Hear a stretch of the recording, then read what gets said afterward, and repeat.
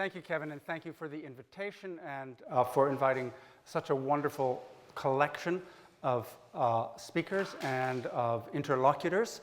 It's been a wonderful education for a glutton for the philosophy of biology like me.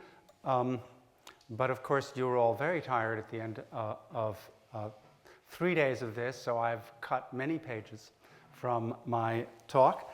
And before I begin, in spite of the fact that I've been preempted by Kevin, I want to thank Stephen Humphrey. And where is he? Would you stand up and take a bow, Stephen?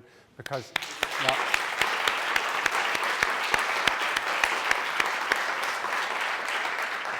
my own subdivision of philosophy owes, like many other subdivisions of philosophy, a debt to you for your continued support of the enterprise of philosophy here at Santa Barbara. When a philosopher advances a purely philosophical and purely a priori argument to show that a well-established scientific theory is fatally defective, it's usually safe to assume that the problem is the philosophers and not the theories. But sometimes the philosopher is onto something, and the outcome results in an improvement in the theory or an important realization about its hitherto unrecognized implications. On these occasions, however, the philosopher is usually in the dark about what his argument has really shown. An example is worth recalling. Famously, in 1935, Einstein, along with Podolsky and Rosen, the EPR, raised an a priori objection to quantum mechanics. Its truth required spooky action at a distance. Accordingly, Einstein always insisted that quantum mechanics was incomplete. There had to be a deterministic hidden variable theory at work.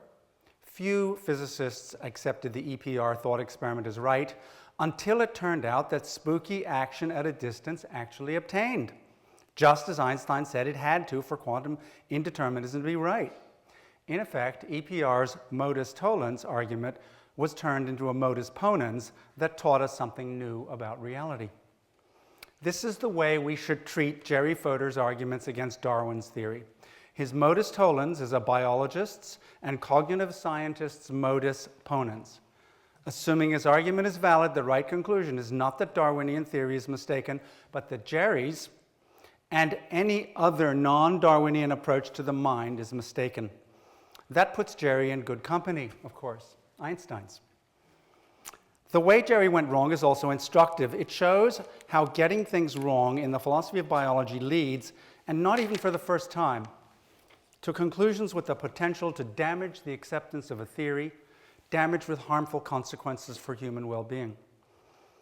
Jerry was fated to attack Darwinian theory long before he actually did so, but it took him some years to realize his fated, if not fatal, repulsion.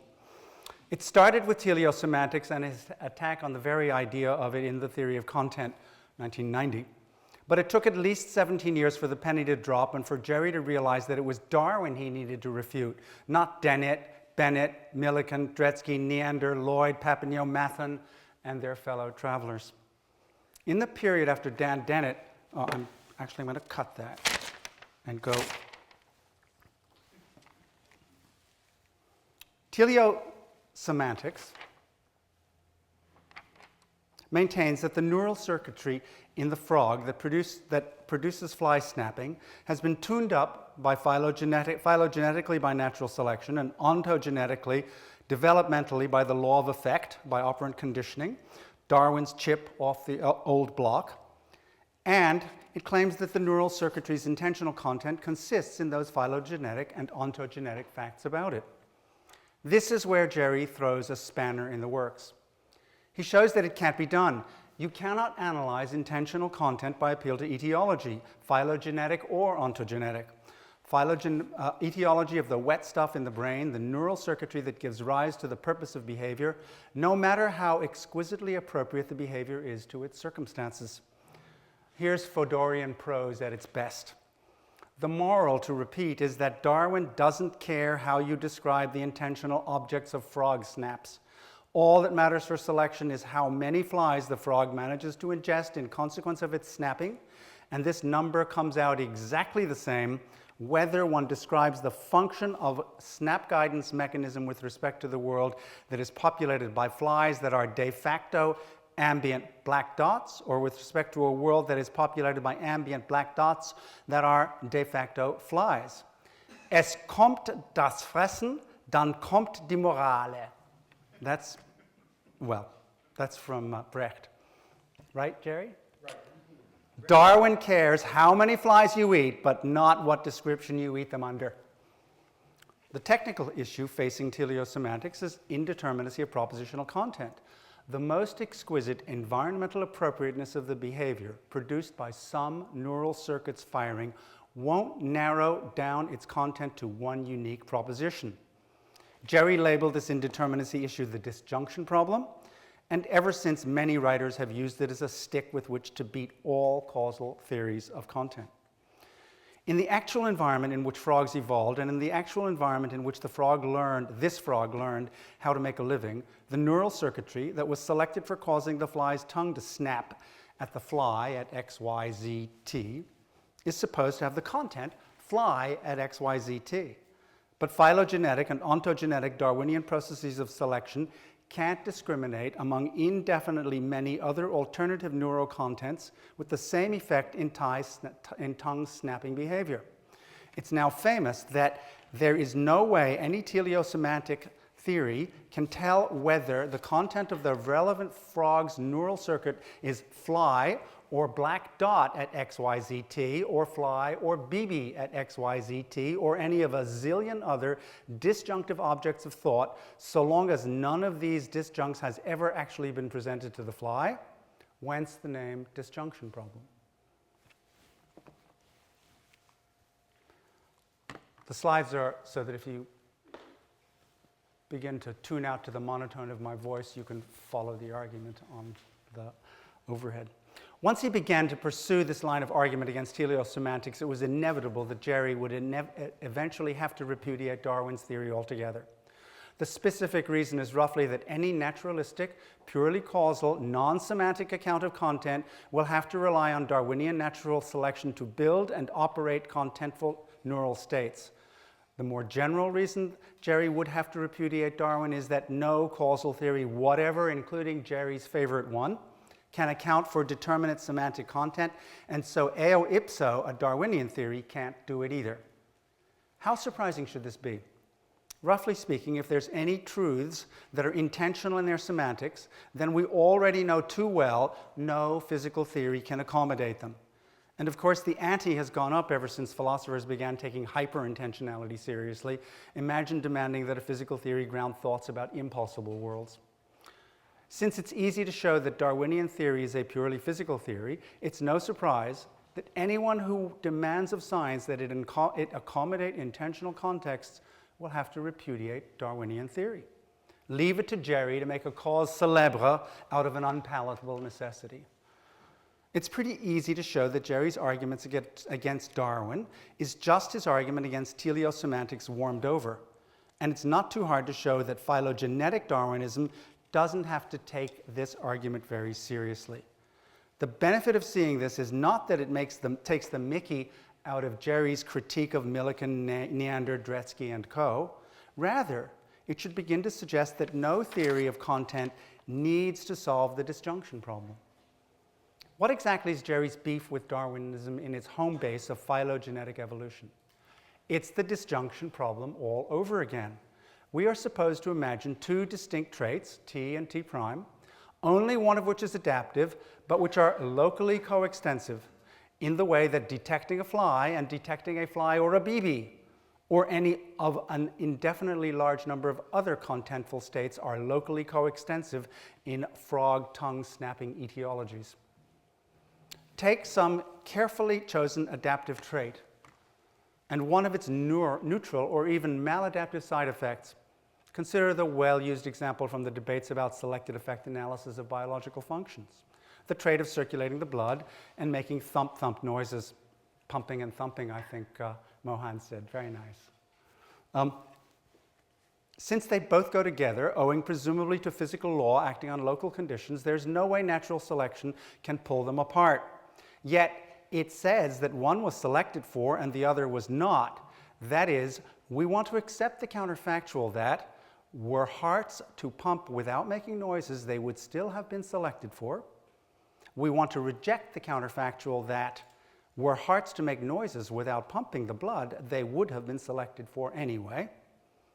But Darwinian processes supposedly can't discriminate these two counterfactuals, showing that the first is true and the second false. Why not? Because so long as the properties are as stipulated, locally coextensive, one property's frequency can't change without the others changing. So Darwin's theory can't say that one is selected for and the other not. This is the point Jerry made against teleosemantics. It can't tell whether fly flicking is selected for instead of fly or BB flicking, so it can't discriminate intentional content. Where did Jerry go wrong? The first and biggest mistake that Jerry made, along with a lot of other people, is to suppose that according to Darwinian theory, there is any such thing as selection for in nature. No, there's only selection against. The whole point of Darwin's theory is that in the creation of adaptations, nature is not active, it's passive.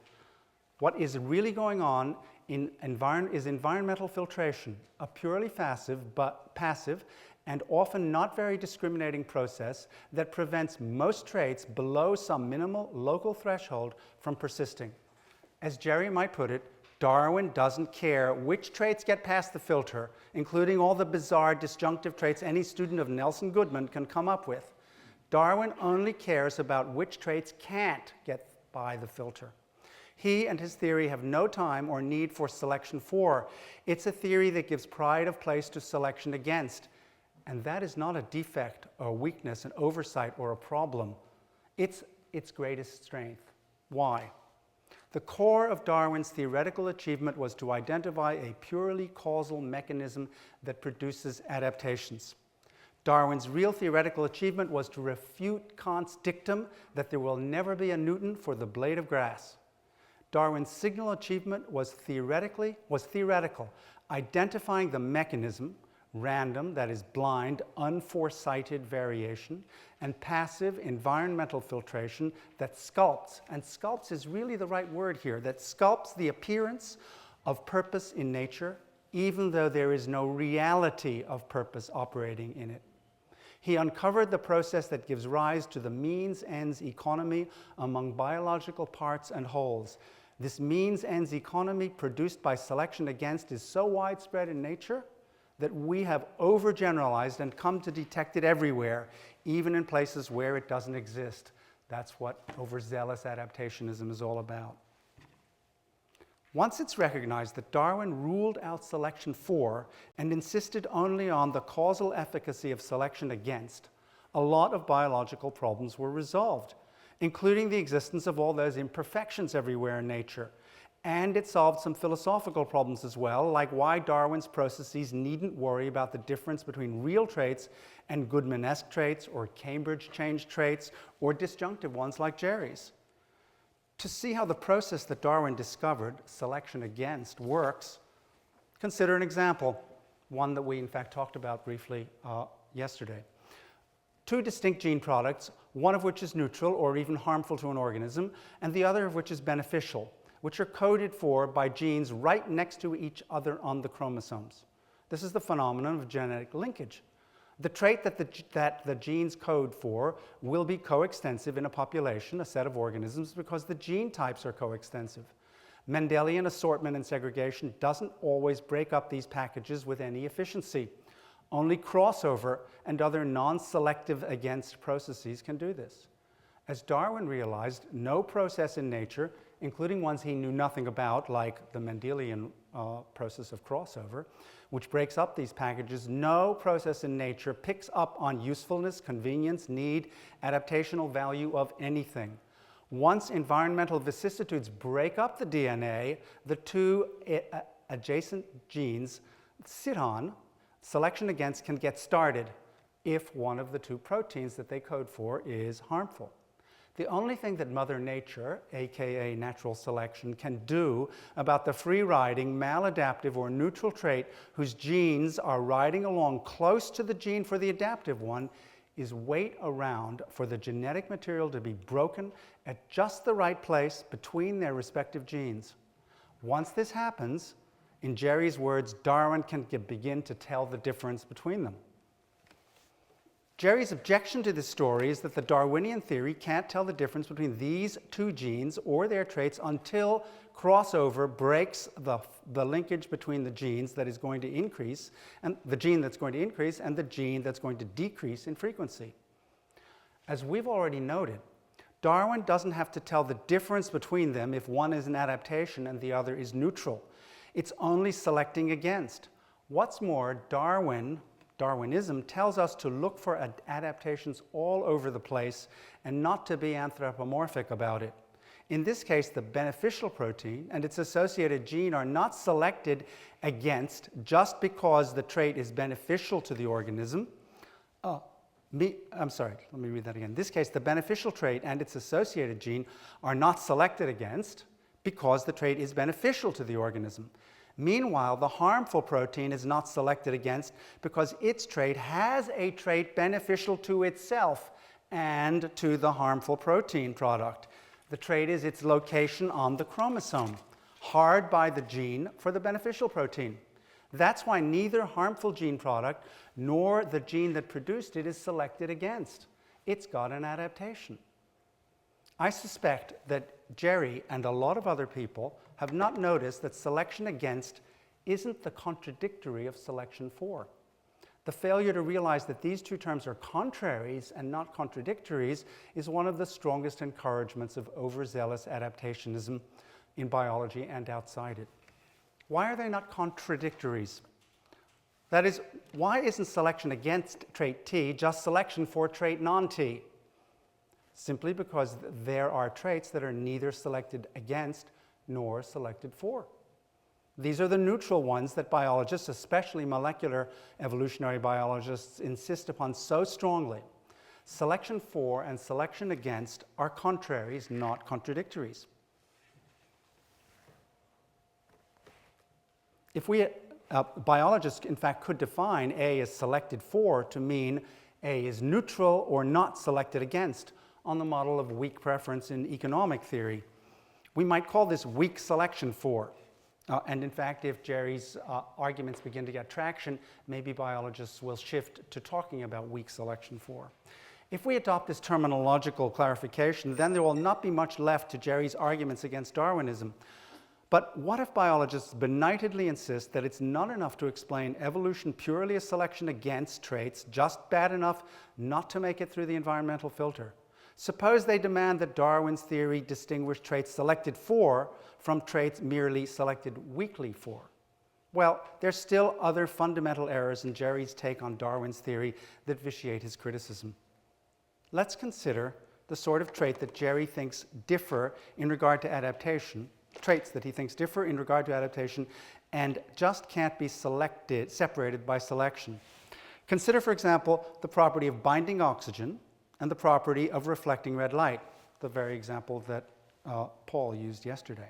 These two properties are coextensive in all metazoans because the heme molecule that transports oxygen contains iron, and it's iron in the molecules that makes them red.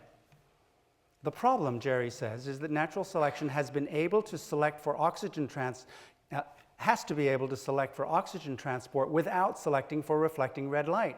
For it to be able to do so, natural selection has to make it true that, and here we have counterfactuals, if a molecule binds oxygen, then there would be selection for its presence in metazoans, and false that if a molecule binds red light, there would have to be selection for its presence in metazoans. Jerry argues for the former counterfactual to be true requires that there be a law to the effect that if a molecule binds oxygen, then there's selection for its presence in metazoans. But there is no such law. In fact, there are no laws about selection of any trait. Now, the argument that Jerry gives for this claim that selection is context dependent and laws can't accommodate all the different contexts, so there are no statable counterfactuals supporting universal generalizations of the sort required for the theory of natural selection to be true. No laws about selection 4, no natural selection, Darwin's theory is wrong. Here I was going to cut a section of my talk about what Jerry has to say about special sciences, but something that Laura said yesterday has encouraged me to reinsert it. It's remarkable to read the exponent of the existence of laws in the special sciences making the demand that Darwin produce laws of selection supporting such unqualified counterfactuals. Nothing could be easier than making the tout quoque point that the same challenge can't be met by any of the ceteris paribus, alleged ceteris paribus laws of the special sciences. In fact, the temptation is so great that for at least a paragraph or so, I'm going to succumb to it. Recall the famous arguments of special sciences or the disunity of science as a working hypothesis, 1979. The argument that the proprietary regularities of the special sciences are not derivable from those of physics. Jerry's example was Gresham's law that bad money will always drive good money out of circulation. Another example is the Phillips curve regularity that increases in the rate of inflation increase employment. Standard feature of macroeconomics. Did we diss macroeconomics or econometrics yesterday? I can't remember. Of course, Pache Jerry's unargued assertion, these laws, quote unquote, don't support the counterfactuals Jerry needs them to support. Take Gresham's law, for example. There are many cases where this doesn't happen and some cases in which the reverse happens. The only way to avoid these problems is to qualify these laws repeatedly until they become analytic truths.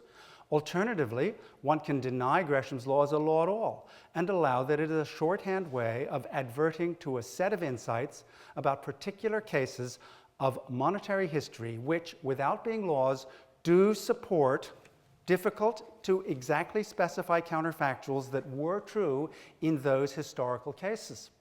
The same goes for the Phillips curve local invariant regularity of macroeconomics and all the other inexact ceteris paribus so-called laws of the special sciences.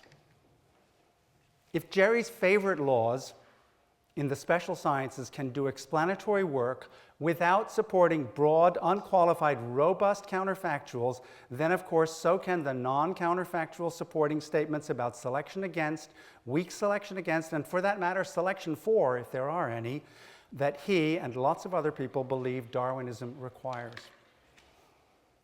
Where are the real laws that underwrite these local causal claims and their associated counterfactuals? This is an important question to which the philosophy of biology provides an answer that we can generalize to all the special sciences. There are no laws about what are common and peculiar to selection against or to selection for, but that's because there are no laws in biology or in any of the special sciences. There are lots of well-supported counterfactuals in biology, especially in evolutionary biology, ones that Darwin's theory supports. How's that if there are no laws? That's the question that Jerry's asking, and he asked it repeatedly yesterday.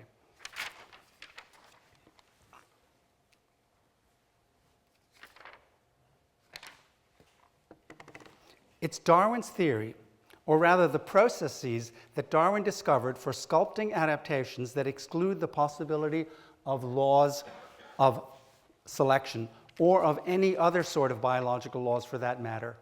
This is a recognition due in its full originality to John Beatty. The recognition that all biological regularities that obtain on the Earth are contingent on the evolutionary processes of blind variation and environmental filtration. Any contingent generalization true of all or most or many of the members of any biological kind obtain only in virtue of the operation of blind variation and environmental filtration on local conditions. Their dependence on local conditions makes them all non-nomological. Moreover, for the same reason, they will cease to obtain at some point in the future owing to the operation of the same process on local conditions. Nothing in biology is forever. Here's a quick but fairly complete tour through the biological regularities that make it clear why none are laws and all are only local and temporarily invariant regularities.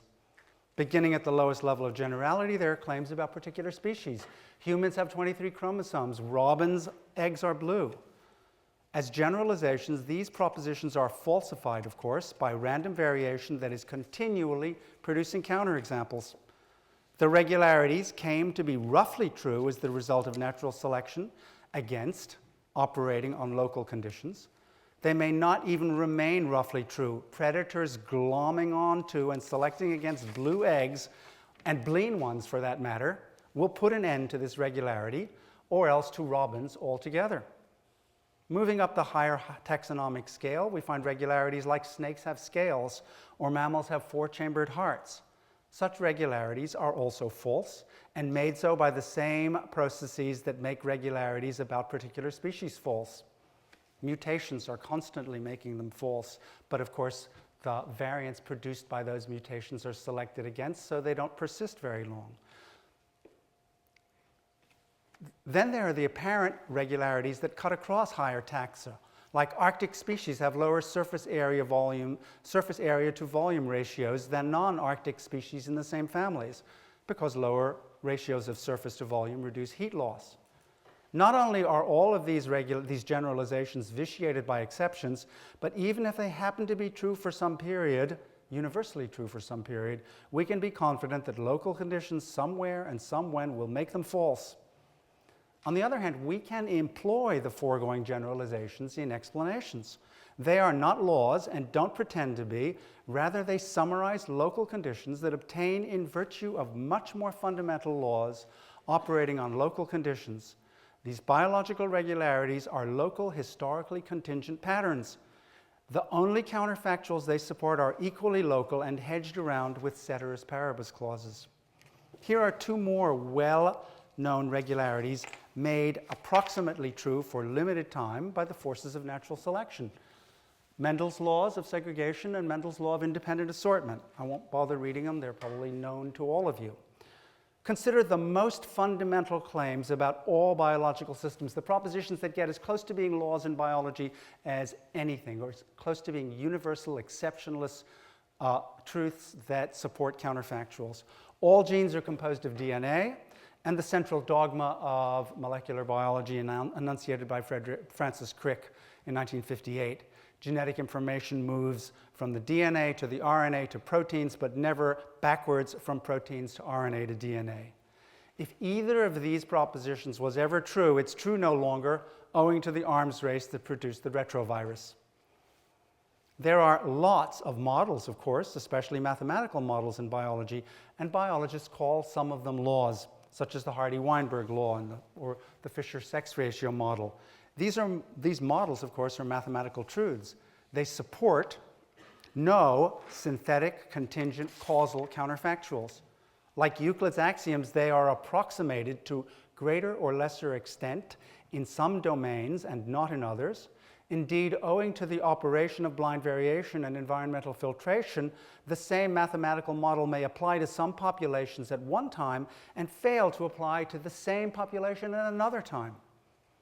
Because the process of blind variation and environmental filtration can make or break, indeed does make and break all of these regularities, none of them are laws, but they have important explanatory roles in biology. They have these roles only because of the operation of real laws on local conditions in which they emerged and which enable them to persist. Well, what are these real laws that underwrite the causal diagnoses made by the local regularities? Jerry thinks that the relevant real laws underwriting all these local regularities have to be some laws that mention natural selection and in particular selection for. He says that the laws have to be of the form, if X has property P, then X is selected for. And he has a nifty argument to show that there's no such law.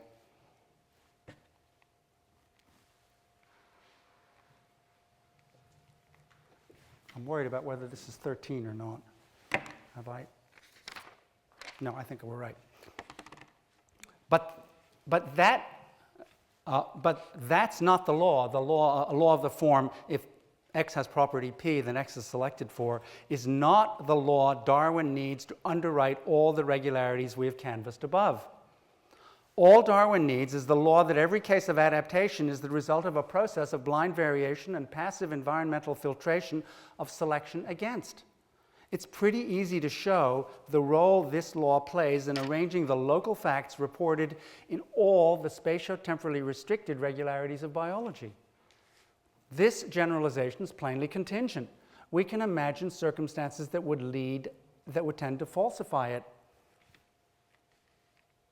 Evidence of the intervention of a designing deity, or the repeated spontaneous appearance of arrangements that fulfill the complex means ends economies that lead us to credit traits with being adaptations, or again evidence of Lamarckian processes whereby use and disuse in one generation leads to adaptational improvements in later generations. There are doubtless other alternative hypotheses.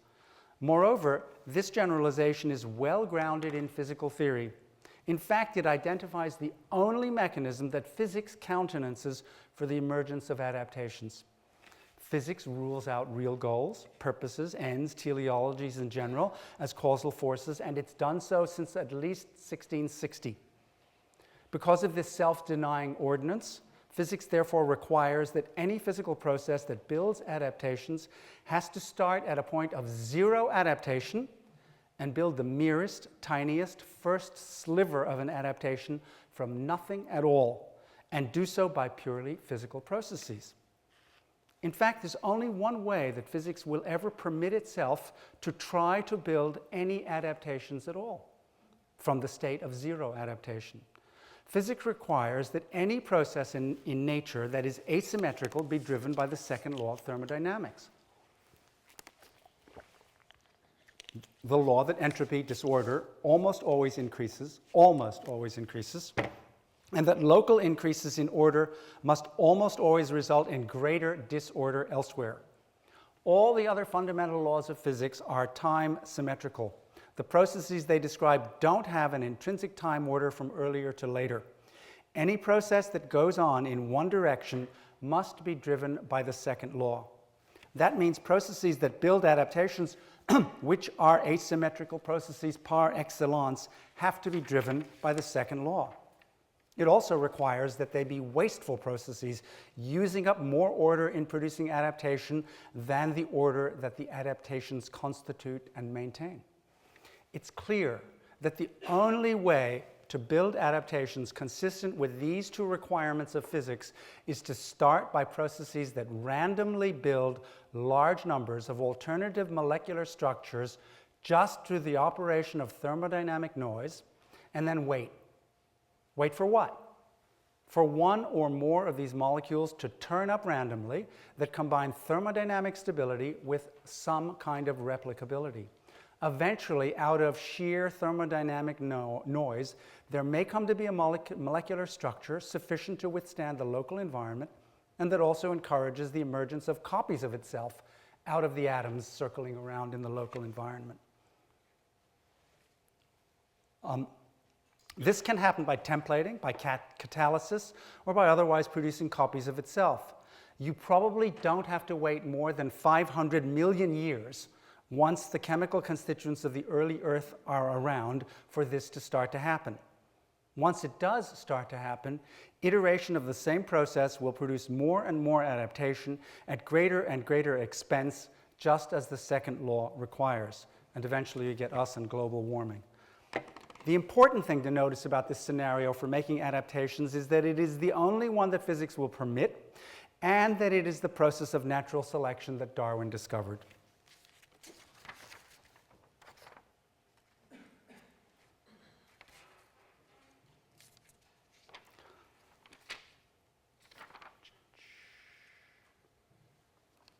But it's the operation of the laws of physics on local conditions that produce the process of blind variation and environmental filtration that sculpts adaptations. That's the only thing that all adaptations have in common.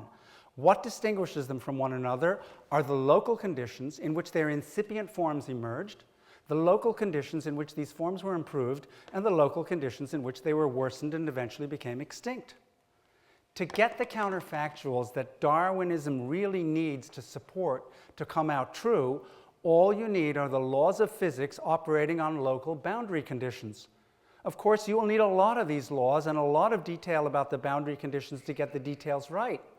To illustrate, let's consider the two counterfactuals about heme molecules that Darwin really needs to get right. They're not the ones that Jerry thinks Darwin needs to get right. They're these. Right? It should be true that if a molecule didn't bind oxygen well, then it would have been selected against for its presence in metazoans. And it should be false that if a molecule didn't reflect red light, then there would be selection against its presence in metazoans. So why does the binding oxygen counterfactual come out true and the reflecting red light counterfactual come out false?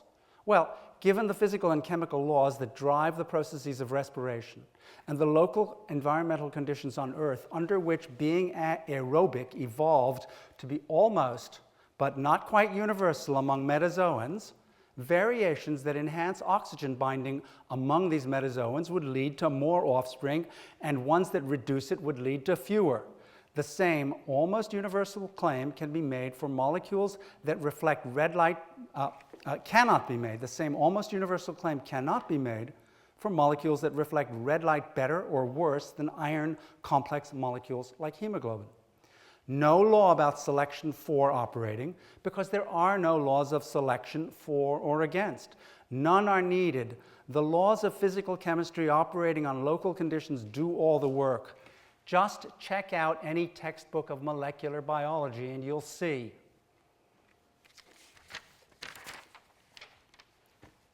One might be tempted to think that there's a distinct putative Darwinian law-like statement that identifies what all adaptations have in common. They all result from the operation of the so-called principle of natural selection, PNS. The PNS is a pretty notorious bone of contention in the philosophy of biology. Philosophers have taken almost every conceivable side of the question of whether it is any part of biological theory, whether it is a law or not, and if so, how its crucial terms, fitter than and probably, are to be understood, as well as its relations to its substitution instances, especially ones that seem to make it come out false. The long and the short of this debate is that who is right about these matters, and about whether the PNS is a law or not, turns pretty much on what you decide about the meanings of those two terms, fitter than and probably. If fitter than is an accounting term, as Bill Wimsatt puts it, which conveniently summarizes all the local causal factors that determine demographic shifts from generation to generation among populations, then the argument that the PNS is a definitional truth becomes pretty compelling. The widely held probabilistic propensity definition of fitness is another reason for treating the PNS as a definition. So understood, the antecedent of the PNS makes a claim about probabilistically expected numbers of offspring, and the consequent makes a claim about the objective chances of certain demographic outcomes. And it turns out to be an example of what David Lewis called the principal. Depending on how these two types of probability are related, the PNS sails very close to the winds of analyticity. To summarize, it's just a mistake to suppose that the theory of natural selection should be replete with generalizations about what ecological variables, and here I'm quoting Jerry, what ecological variables determine the relative fitness of phenotypes. Jerry says, quote, "The idea is that its ecological laws that apply by virtue of a creature's exogenous relations that support counterfactuals about which traits the creature would be selected for if it had them." No, no, no. Jerry, you don't understand biology. In Fodor speak, biology is a science without its own proprietary laws. In fact, all of the special sciences are sciences without proprietary laws. Now we've settled Jerry's hash, the one he made of the theory of natural selection on its home base of phylogenetic evolution, we can go back to his original arguments against teleosemantics and consider what we should make of them. The first thing to notice is after 50 years or so of trying to come up with a purely causal theory of psychological content that is completely semantics-free, no one has yet succeeded. And that includes Jerry's own beloved asymmetrical causal dependence theory. Physicalism dictates that the psychological states and processes that have intentional content are just upgraded neural states that track the proximate and non-proximate environment with discriminating enough sensitivity to qualify as representations of particular states of affairs. What counts as discriminating enough a representation is relative to the function of the neurological structures that embody the representation. Since, pace Jerry, functions are selected effects, that already makes teleosemantics the only possible candidate for a theory of content that is itself intentionality-free, that satisfies the physicalist demand that intentional content be upgraded non-intentional content, on pain of begging the question of how intentionality is possible. The reason teleosemantics is the only game in town is that Darwinian natural selection is the only way to get the appearance of purpose wherever in nature it rears its pretty little head, and that includes inside the brain. As we saw, physics excludes all sources of the appearance of purpose except blind variation and environmental filtration. If, as is obvious, the most minimal functionalism about the mind is right, then intentional states like beliefs and desires have to have a function, usually to produce word-to-world or world-to-word fit, to use Searle's language. So even if the words are morphemes in a Fodor-esque language of thought, there's still no option but to go teleosemantic. We have to treat the neural content fly at XYZT as a matter of Darwinian shaping of the relevant neural circuits that control frog tongue flicking. These circuits have to be the victims of phylogenetic and ontogenetic processes of blind variation and natural selection. That's the only way they're going to get their purposive appearance, their adaptive character. If teleosemantics is the only game in town, it can't solve the disjunction problem.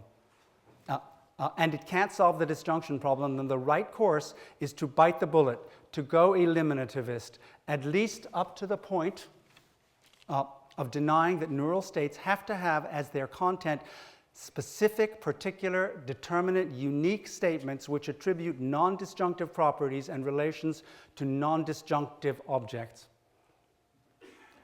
Thought really is much less determinate than language lets on. That makes language, of course, less determinate than it lets on, too. The denial that the frog, or we for that matter, think about flies instead of some never-to-be-expressed disjunction of flies or BBs or little black dots or, is one that we should take with utmost seriousness. The disjunction problem is not an objection to teleosemantics, it's a fact of life for biological creatures like us.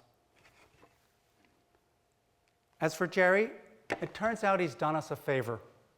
He's shown that the real consequence of rejecting a Darwinian approach to the mind is to reject a Darwinian theory of phylogenetic evolution. This forces us to take seriously a notion that otherwise would not have had much of a chance, that when it comes to the nature of mental states, indeterminacy rules. This is an insight that should have the most beneficial effect on freeing cognitive neuroscience from demands on the adequacy of its theories that it could never meet. Maybe it's not as important an insight as the one attained by running a modus tollens on Einstein, but then it's an important one nonetheless. Thank you.